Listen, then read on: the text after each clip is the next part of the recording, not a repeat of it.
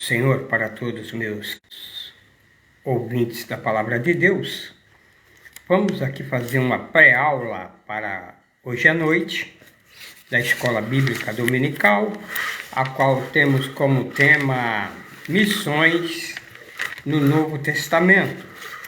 Já falamos a respeito no Velho Testamento, sobre as comissões, como foi o plano de Deus para continuar fazendo missão sobre a face da terra, a quem ele escolheu, confiou, preparou tudo e aí agora Deus viu que falhou nessa missão.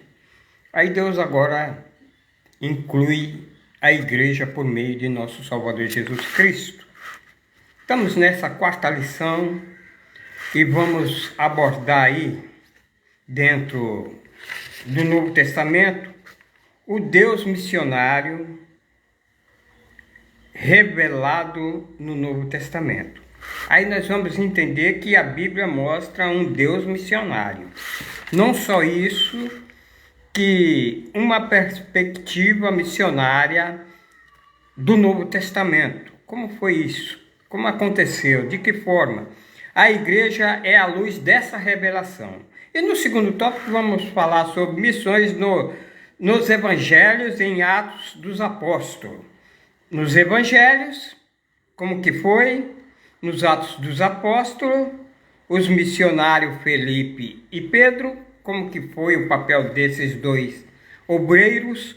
E Atos dos Apóstolos, os missionários Paulo e Barnabé, como que foi que eles começaram a fazer missão, de que forma?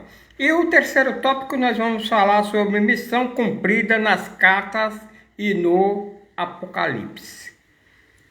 Nas cartas paulinas, de que forma foi? Nas cartas gerais, registradas na Palavra de Deus, e no Apocalipse. Tudo bem, nós vamos começar a esboçar para ganhar tempo nessa pré-aula. Sei que em aula a coisa muda, o cenário é outro. Aí tem a interação dos alunos, que vai fazer pergunta, e muitas das vezes até sai fora até da lição com algumas perguntas. Mas a gente procura segurar a rédea para não sair fora do contexto. Temos aí como um texto áureo da lição, que está aí escrito o versículo que é a mini biblioteca da Bíblia, é o versículo que mais dá ênfase ao amor de Deus nessa obra missionária, porque Deus amou o mundo de tal maneira e deu o seu Filho unigênito para todo aquele que nele crê não pereça, mas que tenha a vida eterna. João capítulo 3, verso 16. Verdade prática nos diz: a natureza missionária vista ao fazer de seu Filho único um missionário e da igreja dessa sublime tarefa. Então a igreja agora ela passa a caminhar no processo agora aí e nesse processo aí da obra missionária que a igreja está incumbida. Aí nós vamos ler Isaías capítulo 61, muito falado nas igrejas, e também vamos ler aí capítulo 4 de Lucas, o 17, o 18, 19 e o 20. Aí temos a Isaías, primeiro e segundo versículo, diz que o Espírito do Senhor Jeová está sobre mim, porque o Senhor me ungiu para pregar boas novas aos mansos, enviou-me a proclamar liberdade aos cativos e a abertura de prisões aos presos. Verso 2. Apregoar o ano aceitável do Senhor e o dia da vingança do nosso Deus, a consolar todos os tristes. Lucas capítulo 4, verso 17 diz: e foi-lhe dado o livro do profeta Isaías, e quando abriu o livro, achou um lugar em que estava escrito. Quando Jesus chegou na sinagoga, seus pais não perceberam no dia da festa a qual levaram ele. Aí ele foi para a sinagoga. Chegando na sinagoga, foi-lhe dado o livro. E esse livro do profeta Isaías. E o menino, ele não estudou como estudou os filhos dos judeus. Não passou pela triagem nas sinagogas, porque ele estava em Nazaré e seus pais, José e Maria, ele, no intuito ali de ensinar também o menino Jesus a carpintaria, a qual ele era profissional, e ele não pôde aprender nas melhores sinagogas como apóstolo Paulo, aprendeu aos pés do mestre Gamaliel. Tudo bem. Aí o doutor Lucas registrou e foi-lhe dado o livro do profeta Isaías. Quando abriu o livro, achou um lugar em que estava escrito: o Espírito do Senhor é sobre mim, pois me ungiu para evangelizar os pobres, enviou-me a curar os quebrantados de coração e a pregoar liberdade aos cativos e dar vista aos cegos e pôr-lhe em liberdade os oprimidos, anunciar o ano aceitável do Senhor. E cerrando o livro e tornando a dá-lo ao ministro, assentou-se. E os olhos de todos na sinagoga estavam aflitos nele.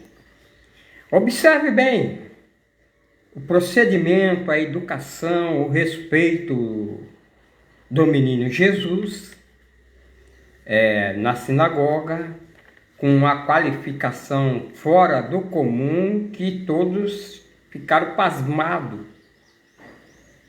com os olhos aflitos nele, que ele não passou pela triagem da escola e agora com a sabedoria dessa. E vamos entender aqui a obra missionária da igreja, o papel do pregador, o papel do missionário. Não muda, não tem que sair fora dessa linha aqui, a qual o profeta Isaías iniciou e Jesus deu ênfase ali quando estava na sinagoga. Não pode, tem que estar ungido. Para quê? Para evangelizar quem? Os pobres. Tem que ser alguém que esteja qualificação para... Não é qualquer um, não. Nas Assembleias de Deus do Belém, quando um obreiro é candidato para ser obreiro e está nas fileiras, ele passa por uma triagem. Entenda bem. Porque tem muita gente que vem para o Evangelho e parece que ele fica meio desparafusado da mente e sai falando qualquer coisa por aí. E muitas das vezes, a vontade de querer fazer o ID e pregar o Evangelho acaba sendo mal interpretado pela sociedade. Mas, enfim, para ser enviado, o enviado ele vai para curar quem? Os quebrantados de coração. É uma missão que precisa entender quem é que está quebrantado de coração, que precisa agora a boa semente cair sobre essa terra, que é o coração, e ela vir fazer efeito, vir germinar e depois dar fruto. Não só isso, apregoar o quê? Apregoar o que muitos andam pregando por aí? Não. É apregoar a liberdade a quem está cativo e dar vista aos cegos e pôr em liberdade quem? Os oprimidos, e anunciar o ano aceitável do Senhor. Os oprimidos é aqueles que tão oprimido pelas hostes, pelos principados, pelos príncipes das trevas, pelas hostes do mal. E aí oprime o ser humano. Então aí aquele missionário ou aquele mensageiro, o pregador, tem que estar ciente, que ele tem que dar vista. Às vezes tem pessoas que têm visão, mas não é a visão celestial. Ele tem visão de todas as coisas até desse mundo. Mas a visão espiritual, que Deus deu o seu Filho unigênito para todo aquele que nele crê, ele não tem essa visão. Não tem visão do que é o chamado, a qual Jesus chamou os seus discípulos, incumbiu esses súditos que aceitaram a ele o convite de segui-lo. Ele deu ensinamentos, preparou antes para depois começar a missão. Vê que Jesus mandou de 2 em 2. Jesus fez aí a missão dos 70 para enviar. E hoje a igreja está incumbida disso. E quem é a igreja, irmão Ildefonso? Eu volto a falar, a igreja, nós temos mais de 2.000 denominações com títulos, cada uma com seu título e achando que ela é a certa, que ela é melhor. Mas a igreja que eu quero dizer é a igreja que Jesus implantou, que as portas do inferno não iam prevalecer contra ela. Essa igreja, Jesus é a cabeça, e aqueles que são súditos, que aceitaram, que se propõem a seguir Jesus, faz agora o corpo de Cristo. Essa é a igreja, imaculada, sem mácula, sem ruga, a qual Jesus vai vir buscar um povo fiel, zeloso e de boas obras. Tem gente aí que fica batendo pé, Jesus vai vir buscar tal denominação. Não é assim não. Não é assim não que a carruagem começa a andar. Vejamos bem que no Novo Testamento, Jesus agora prepara o primeiro missionário, a qual foi o Salvador Jesus Cristo. Em João 20, 21, a Bíblia diz o seguinte, olha bem, 20, verso de número 21. Então, Jesus disse de novo, que a paz esteja com vocês, assim como o Pai me enviou, eu também envio a vós. A paz esteja convosco. É uma coisa importante na vida do obreiro, na vida do missionário, na vida do que vai levar uma mensagem. A paz que excede todo o entendimento, como disse Paulo, essa paz precisa estar reinando nele, para que ele não vá a uma missão todo desconcentrado. E essa paz, ela é ministrada na vida deste missionário, na vida desse obreiro, ou desse mensageiro ou pregador, é pelo Espírito Santo. Quando o Espírito Santo habita no ser da pessoa, o Consolador, aí a paz vem reinar dentro dele. Tudo bem, mas ô irmão Ildefonso, Jesus ele começou uma obra muito importante, a qual aí é o caminho para iniciar a mensagem. Ele começou dizendo, vinde após mim, e eu vos farei pescadores de homens. Primeiro, ele chama de uma forma, vinde a mim todos vós que estáis cansados e sobrecarregados, que eu vos aliviarei. Jesus, ele quer sempre aliviar o ser humano, quer dizer, não é porque a maneira do Salvador querer fazer isso, é porque a própria palavra diz que o Espírito ungiu os pobres, enviou para curar os quebrantados de espírito. Assim, quando Davi chegou na caverna de Adulão, que estava sendo perseguido por Saul, ele se encontrou lá com homens em aperto, homens endividados e homens com espírito quebrantado, ou homens com espírito.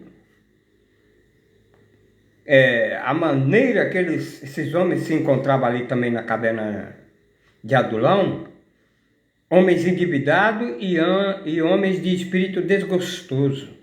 É o que a humanidade hoje nós vemos como se encontra o ser humano sem Deus, que precisa agora dessa mensagem a qual lemos lá, proferida pelo profeta Isaías, e Jesus deu ênfase ali na sinagoga. O papel do cristão não é falar da vida alheia, não é falar do seu irmão, não é falar contra